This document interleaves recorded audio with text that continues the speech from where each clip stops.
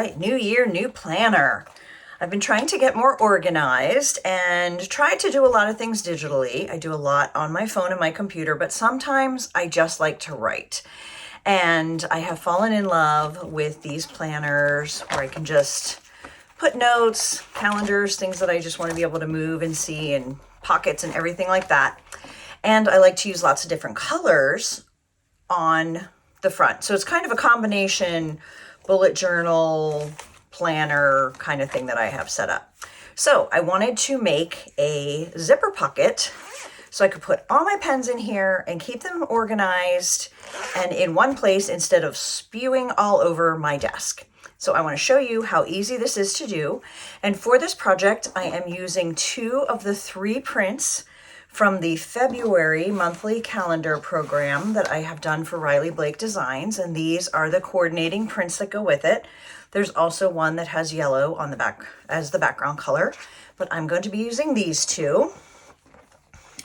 So let me show you how easy this is to do. First, let's talk about what you need.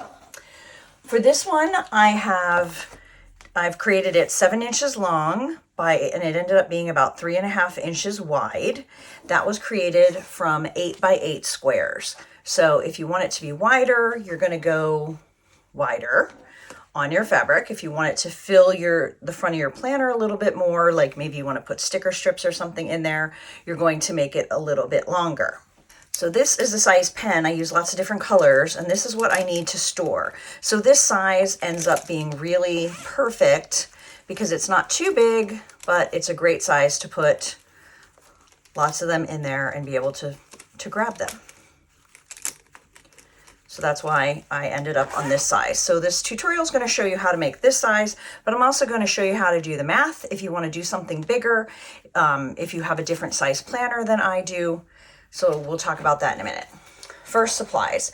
So you need an outer fabric and an inner fabric. You can do it just with 2 pieces of fabric. That's what we're going to do in this example. This one was made with a layer of fusible fleece as well. So what I did was I took one side and I fused fleece onto that so that it had a little bit more stability. It has a little bit more bulk with that too. So when we're done this tutorial, we're going to be able to compare how each of them sit on the planner so you can decide how you want to do yours. Then I am going to be using 3/8 inch braided flat elastic. And the reason I'm using this size is because it's what I have. I've used it for sleep masks. I've used it for other projects. So I don't want to have, 15 kinds of elastic sitting around my sewing room. So I'm just using what I have. You can use wider. You just want to use a flat elastic. That's the most important part of that. And I'm going to show you how to decide the size of that. Then a fabric pen or marker of some kind, coordinating thread. Then you also need a zipper that is larger than your fabric so that you can get it sewn in there nice and flat. So this is 8. I could have used a 10 inch. I didn't have a 10 inch, so I'm going with a 12 inch zipper. I'll just cut off the end to make that what I want it to be. Some clips. We already talked about the fusible fleece. And then I'm also going to use this new quilt measure from Riley Blake Designs. Very fun. See how it's got their little Riley Blake bird. I'm a fabric designer for them, so I get some of their little goodies. Let's get started.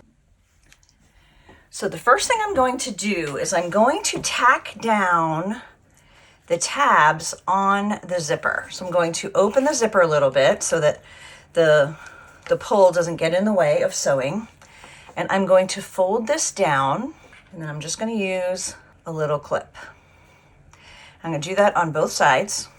Then I'm going to take it to the sewing machine, and with a zipper foot on, I'm just going to sew right here. It doesn't have to be exact. It doesn't have to be gorgeous. It's just to hold these tabs down for when we go to put it together. So now I have those tacked down. And now we're going to start putting the zipper onto the pieces of fabric.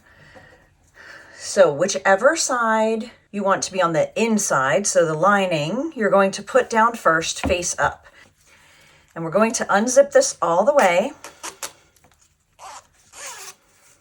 so the pull is not in the way of our sewing. And I'm going to start this where the metal end is about 1/4 inch from the end of the fabric.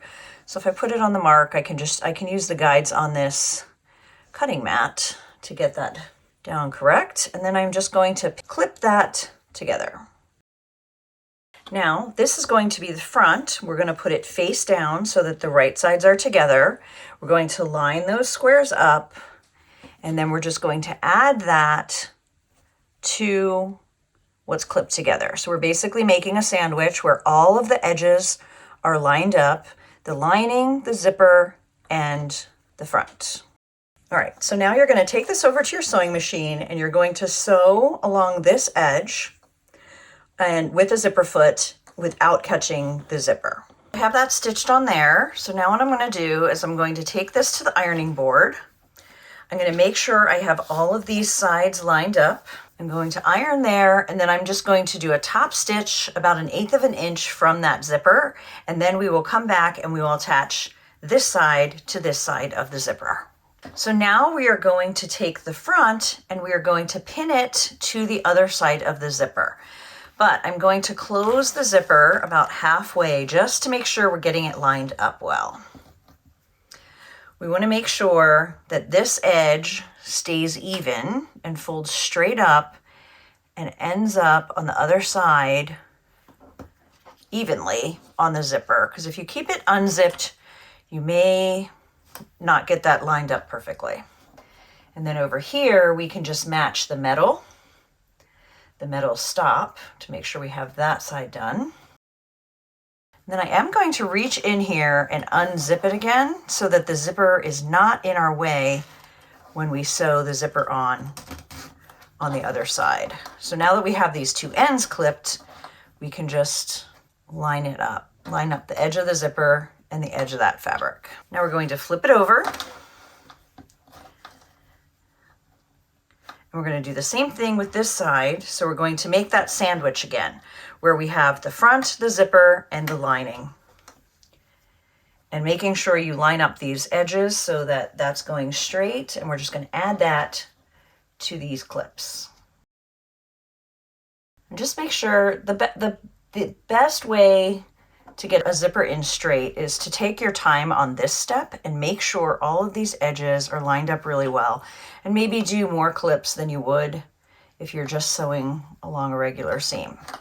Okay, so now I'm going to go back to the sewing machine and I'm going to sew this one to the zipper, and then I will be right back. Stitch that zipper, and so now we have like this tube with the zipper on either side. So we're going to turn that right side out. And now I'm going to do the same thing on this side that I did over here. I'm just going to press and top stitch, just like on this side. Now the trickiest part of this project is getting the elastic right, that it isn't too small and doesn't warp your cover, and it isn't too big that it doesn't fall off. So the first one, this one that I did, see, it's pulling it a little bit, so it was a little bit shorter than I should have done. So I've come up with a new way to determine the elastic length, and I've decided that we should do it after we have this part sewn. So, and this math will be on my blog and in the printable for you to print out. So you want the planner height, which we're going to call PLH. Hopefully you can read my handwriting. My planner height is 11 1/4, and I'm showing you this math because everybody has different size planners, so I want you to know how to figure this out for whatever size planner you want to do.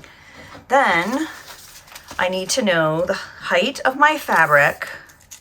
Still basically 8, that's good, that's what it should be. We're going to subtract 1/2 inch for the seam allowances, so we're going to say 7 1/2. And always measure that. When I did the one with the interfacing, the bulk made it a little bit shorter.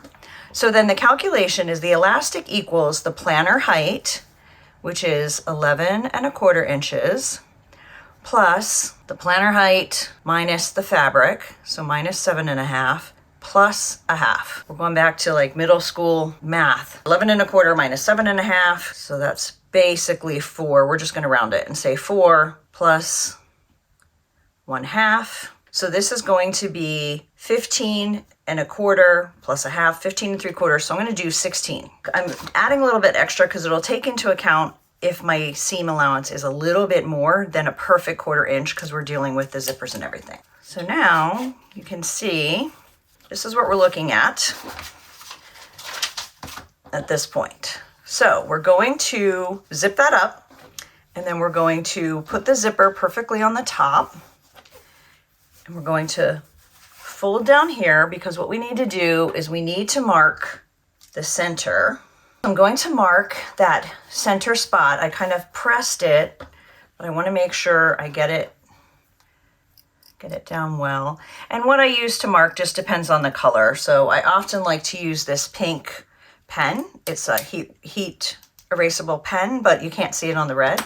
So I'm just going to use a little bit of this chalk line. Unzip this halfway.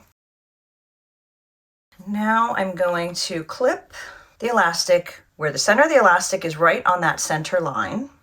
And I'm having the edge of the elastic flush with the edge of the fabric. And then I'm going to do the same thing with this other one. And also make sure you take your fingers and go like this to make sure your lining is smooth along your bag, so you don't have this attached in a weird spot. So we have the elastic clipped on the outside. Now we are going to flip it over. We want to make sure you don't sew with this twisted. So I'm going to close it a teeny bit, then I'm going to flip it. There we go. And I'm going to close this zipper about 3/4 of the way so it gets everything lined up, and the elastic needs to stay on the inside. And now we're going to clip both ends together. So basically these two metal parts, the metal stop of the zipper, are going to be centered on that elastic. Put that down, and I'm going to clip along, just lining up all those edges. Okay, and now we're going to do the same thing over here where we have our chalk line. Oh, it disappeared. Our elastic, and then the zipper goes straight down that. I'm going to pin that right along the zipper just to make sure I have that elastic in there. Now I'm going to go and I'm going to sew with 1/4 inch down each side, and then I'm going to zigzag to encase the ends of this fabric. So straight sew first and then a zigzag. Just want to show you this last part. So I sewed along there and then zigzagged to hold the edge. Some people put seam binding on there. I don't think it's necessary because it's not like you're going to have wear and tear on that, and it adds a little bit of bulk. So I'm a big fan of the zigzag. Now this side, before we zigzag, you need to cut the zipper.